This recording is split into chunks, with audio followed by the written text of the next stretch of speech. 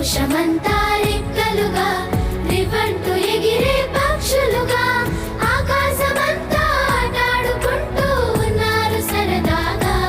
ఒకరేమో సీను ఒకరేమో జున్ను కలిసారే ప్రాణంగా కురిసారే వర్షంగా. పాటేమో సీను ఆటేమో జున్ను ఒకటై ఎదిగారే మధురంగా.